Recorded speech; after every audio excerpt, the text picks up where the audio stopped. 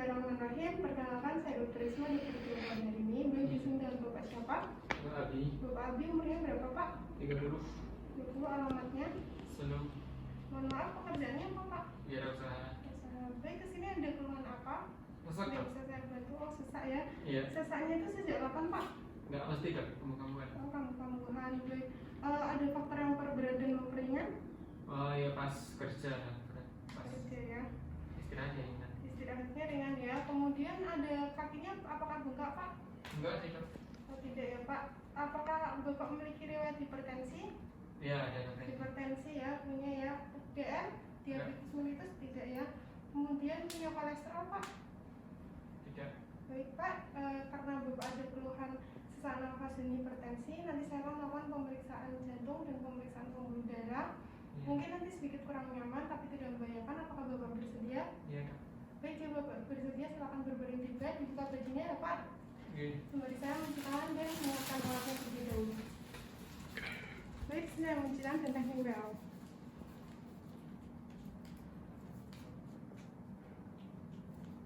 Sudah.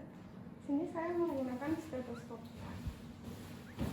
Baik, di sini saya sudah memposisikan di sebelah kanan pasien. Bismillahirrahmanirrahim. Pertama saya akan melakukan inspeksi.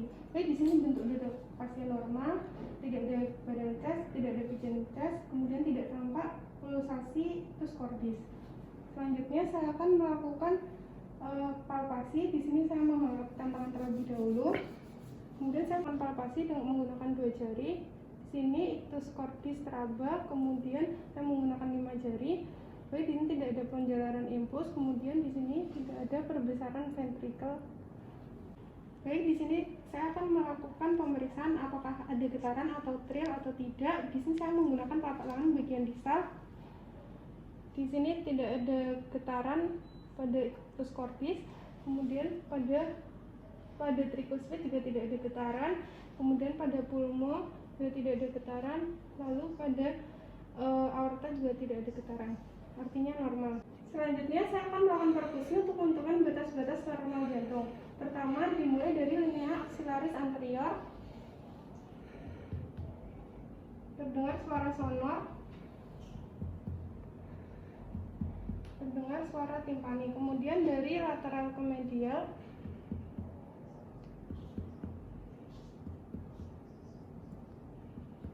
Terdengar suara redup. Lalu saya akan melakukan perkusi dari linea supraclavicula sinistra untuk menentukan perubahan suara dari sonor ke redup sampai SIC2. Kemudian di bagian dextra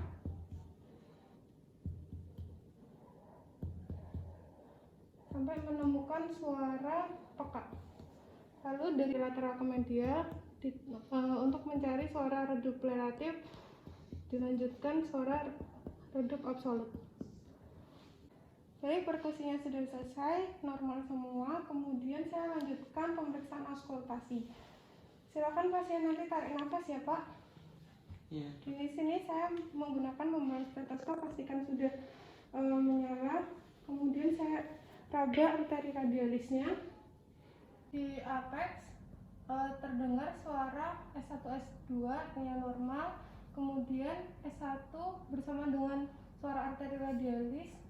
Lanjut arteri radialis dari S2 tidak bersamaan, arterinya normal, tidak ada suara tambahan. Lalu saya auskultasi pada area katup tricuspid di SIC4, terdengar suara S1 dan S2 nya normal. Kemudian saya lakukan auskultasi di area pulmonal di SIC2, normal juga. Kemudian saya lakukan pemeriksaan di katup aorta di SIC2, linea sternalis dextra juga normal. Lalu saya mencari suara galops pada apex menggunakan bagian belnya. Baik, di sini tidak terdengar suara galop. Kemudian frekuensi nafas normal 64 kali per menit.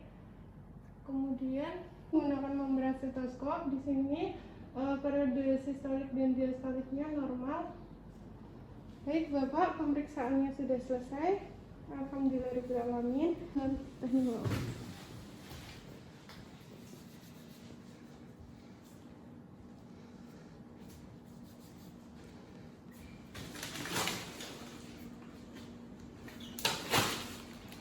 Bapak, pemeriksaan sudah selesai. Dari pemeriksaan inspeksi, palpasi, perkusi dan auskultasinya normal semua. Ada yang ditanya? Enggak. Pak, baik tidak ya. Terima kasih Pak, semoga lekas sembuh. Assalamualaikum warahmatullahi wabarakatuh.